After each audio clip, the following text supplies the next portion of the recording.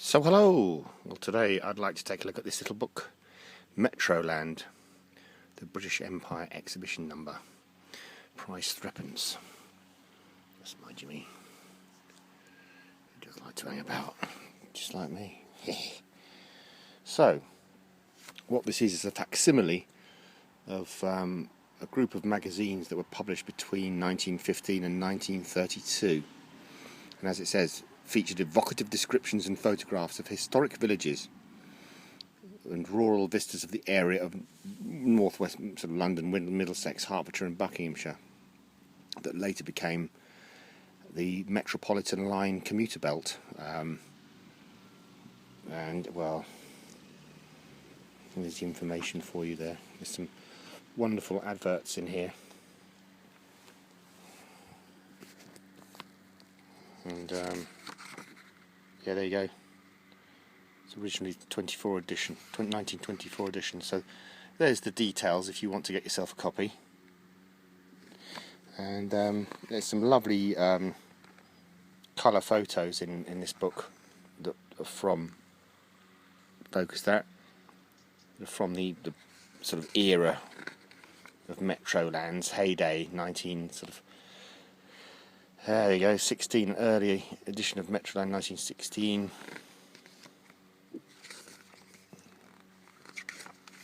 Mostly just like a...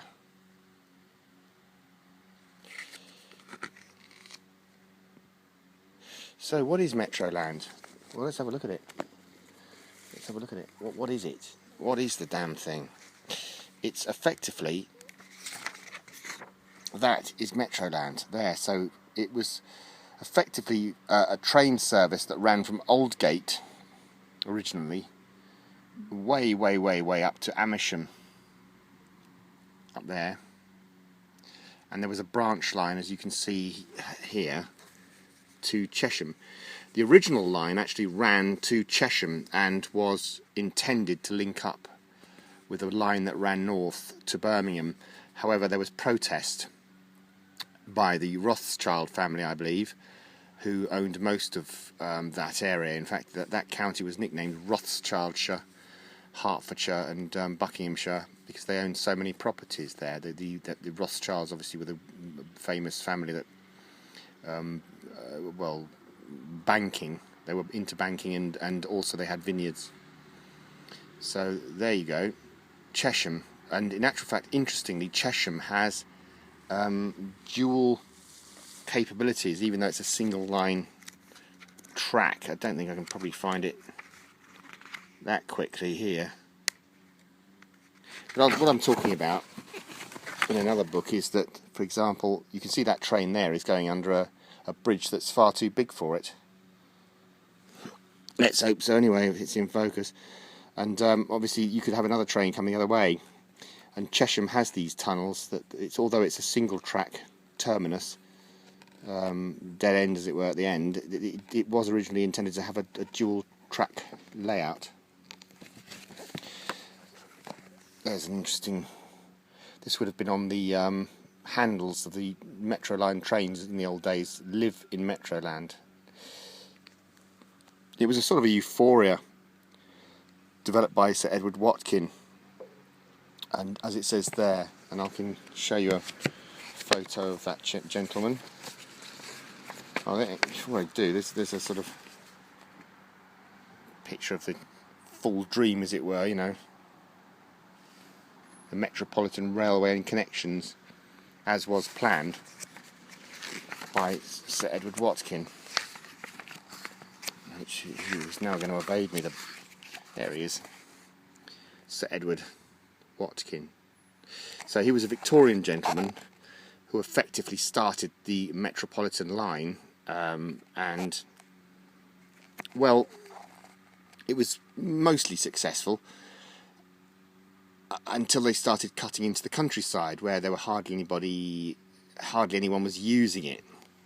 And the real genius behind the whole thing, I suppose, is the chap on the top left, which was Robert Selby, who was in charge of the Metropolitan line, I believe, in the sort of 1920s.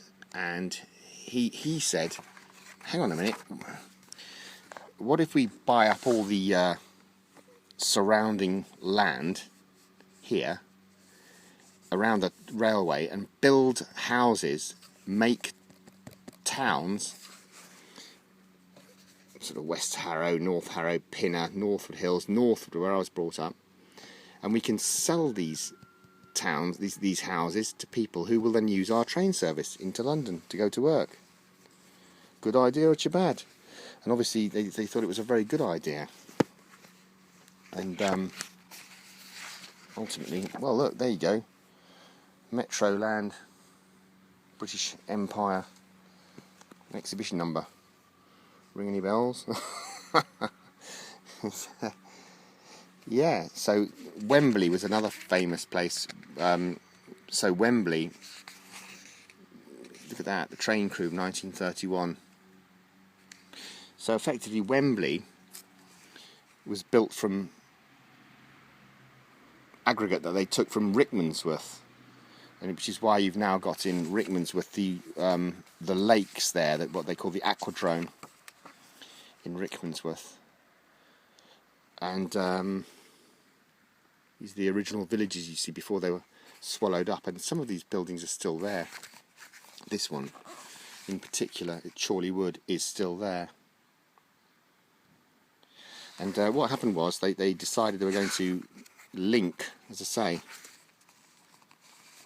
London, and to display it, they'd have this massive British Empire exhibition. And that was it at Wembley at the time. Wembley in London, UK, of course. So you had the British Government Pavilion, you had the Palace of Industry, you had the Palace of Engineering, obviously representing colonialism. You had the Australian Pavilion and the New Zealand Pavilion. You had Indian Pavilion, Canadian Pavilion, South African, Newfoundland, West Africa, Bermuda, West Indies, etc. Whoever etc. That's probably me, the etc. bit. I'm always etc. Burma, Palestine, Ceylon, etc. Yeah, I'm definitely in the etc. crew. And an amusements park. And you had the How to Get About London section in these magazines. You know, you had all these photos of what you could enjoy when you went there. St Paul's Cathedral. So it was effectively designed so that the men could go to work on the train, and the wives could use the system as well to go and explore London whilst their menfolk were out earning money. I mean, it's obviously ridiculous nowadays, and by today's standards it's chauvinist rubbish, but in those days that was how things were set out. So you had key plans, historical museums, so that families could visit, wives could visit and enjoy themselves. And then you had these lovely photographs. So there's one at Ickenham, which is near where I was brought up. Ickenham is near Pinner. And then there's near Wendover. So these old cottages to attract people over, effectively, to attract people onto this project that they were thinking of, you know. Northwick Park. And then you have Harrow School. Of course, schools attracted families as well. So there was all these very posh public schools that you could attract people into, effectively buying into this game. Eastcote and Hillingdon. Hillingdon is the London borough where I was brought up. Uxbridge. So I mean, it's endless. It goes on, and I'm sure you don't want to see the whole thing. But there you go. That's an advert. The key to your own front door sort of thing, and you can effectively buy a property in Metroland, raise your family in harmony, out of the way of the toxins of London, as it were. These are some of the old adverts. Look at that.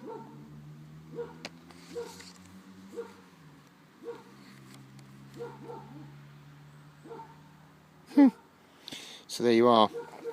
if anyone's interested in this, because I doubt they will be, but if they are, these are good books to have. So the Metroland British Empire facsimile. This book is called Metro Memories. It's by Dennis Edwards and Ron Pilgrim. It's a sort of pictorial history of Metroland, and it is a good book actually if you're interested in that kind of period of history. And there was a follow-up to it actually, I believe, this one here, The Romance of Metroland, a further pictorial, as you can see for yourself. I don't have to read it out, do I? You can. Oh, this by Dennis Edwards this time and Ron Pilgrim. And there you go. So you can read that. What was Metroland? I'm sure they describe it a lot better than I can, so please freeze on that and read. And last but not least, this one, Rails to Metroland by Clive Foxall, who lived in Metroland all his life in actual fact.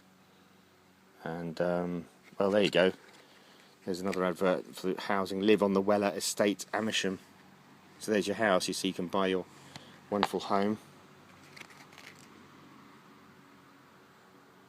I just love this period of history in actual fact, because effectively it was an awesome time for me living as a kid in Metroland. I did love it. And sadly, the dreams kind of overextended themselves.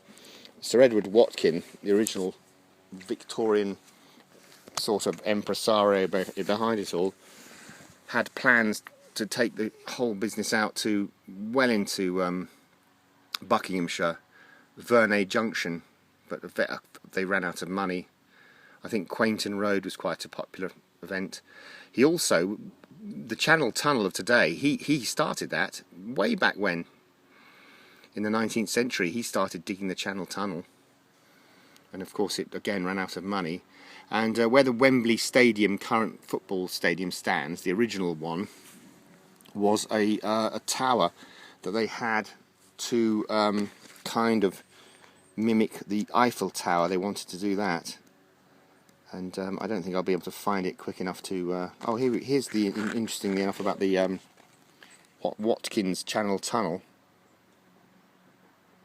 And that was how they were doing it in the old days. Can you believe it? Huh. But yeah, I mean, effectively, he wanted a kind of Eiffel Tower copy. And what happened was it ran out of money, and it became known as the Watkin Folly. And it was eventually destroyed. It was eventually that the base of it was sort of like but it looked like the base of the Eiffel Tower, for all intents and purposes. And the base of it was eventually destroyed. I'm just searching through trying to find pictures of it, but of course no way. Whenever you plan something, it never happens in my videos anyway. Yeah. Half an hour went by, Miss Moneypenny, and still they were drinking whiskey. But no, it's not there. It's not going to happen. It's not going to happen for me anyway. But basically, the Watkin Folly, it was known as, and it became the Wembley Stadium, which eventually was destroyed as well again and rebuilt to the new current stadium. So they had A-class stocks. Oh, look at that disaster at Christmas. There was a horrible crash at Aylesbury. Not nice. So they had, when I was a kid in Northwood, they had A-class stock trains, which were the ones that I used to go to work as well as a kid. Those are the older ones. Look at that. Steam, and they're the original sort of Metroland classics, those ones there. Totally disorganised this video, as all mine are. Sadly, never a a dull moment watching my videos, because it's complete rubbish, isn't it, really? It's like switch it off after 10 minutes moments. But or 10 seconds, even 10 minutes. God, I should be so lucky. But what are you up to though in there? What are you up to though, digging around? What are you doing though? What's the purpose of it? What's the purpose of it? Dig it about. Good nutter. I hope to get some A-class stock pictures for you. That would be nice to just show you what they look like. Not going to happen though. Let's see. Anyway, they've got current S8 class stock now on the Metropolitan line, and I should just give this thing up, shouldn't I? I should just literally jack YouTube in, because it is kind of like a fruitless waste of time as far as anything entertaining goes. What's going on? Come on, find the A-class stock trains. No, not going to do it.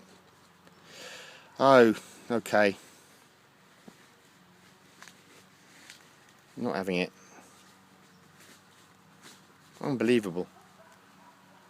Can't find the stock of train. Anyway, they used to have like a luxury carriage on the Metropolitan line, where you could have a sort of glass of champagne on your way to work type of thing. No, it's not going to happen.